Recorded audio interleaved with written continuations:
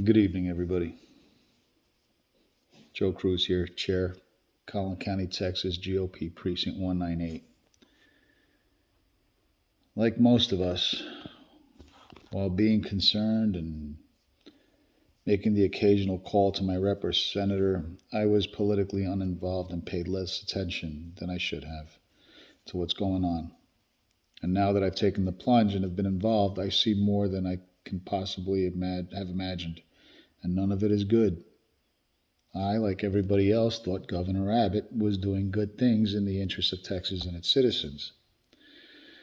But since COVID and the border crises, I've come to see him very differently.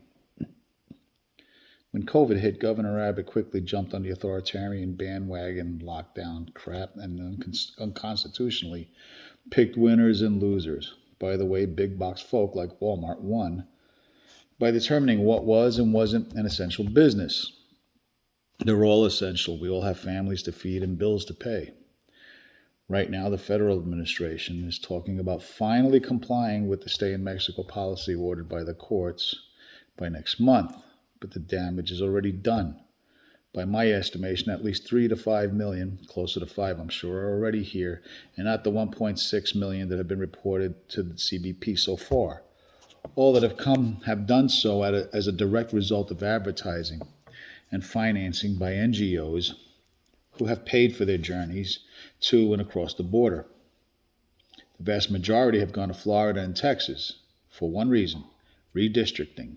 3 to 5 million is enough to effectively make that happen, which is why the administration has only now decided to quote unquote comply after 2 months of not doing so.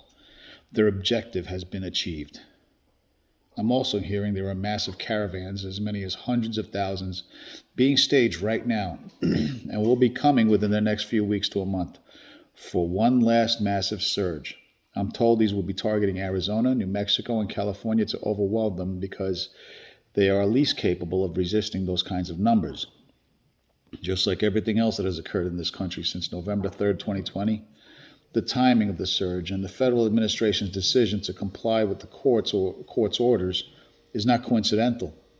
So far, Abbott has in fact facilitated the overwhelming majority of the invasion through Texas. He's deployed 3,500 Texas National Guard, those of which I've met having no ammunition in their weapons. Others I've witnessed communicating with cartel operators and physically assisting the cartel in transferring illegal migrants onto U.S. soil. He's deployed another 2,000 Texas National Guardsmen with arrest powers, but limiting them to arresting men traveling alone, which now has created an even greater demand for child trafficking because anyone with a child is automatically considered a, quote, family unit, unquote. He's allowed signage to be placed on state and private lands directing illegal migrants to Border Patrol pickup points. All the while, he's trying to appear as if he's doing something without actually doing anything with his kabuki theater antics, such as the, quote, wall of steel, unquote, at Del Rio, which actually resulted in a large surge of narcotics trafficking elsewhere because DPS units were removed from other areas on the border for the photo op.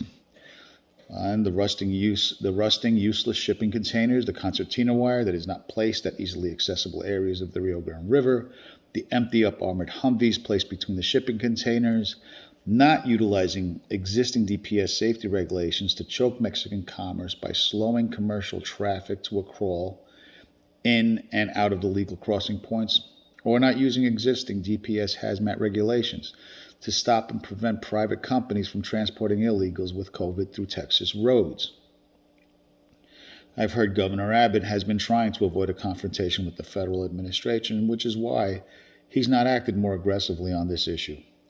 I argue that he would actually improve his image with the electorate by doing so and expect Abbott to act suddenly and aggressively upon the arrival of this next surge, after the damage has been done, to yet again appear as if he's taking decisive action and pushing back against the administration after a year of effectively doing nothing.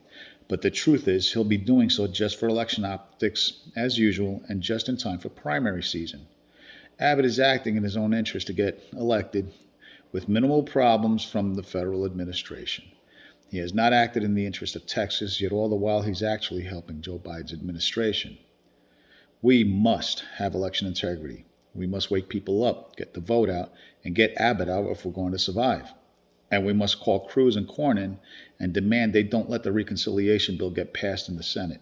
If it does, those 3 to 5 million illegals will get fast-tracked to citizenship, and it will be game over. This all must be done now, before 22 and 24.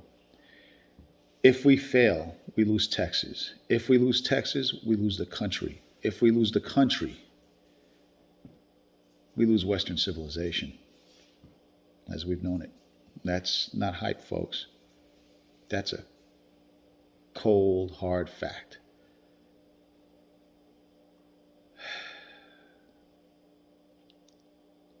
That's what's going on. So get your butts off the chair and do something.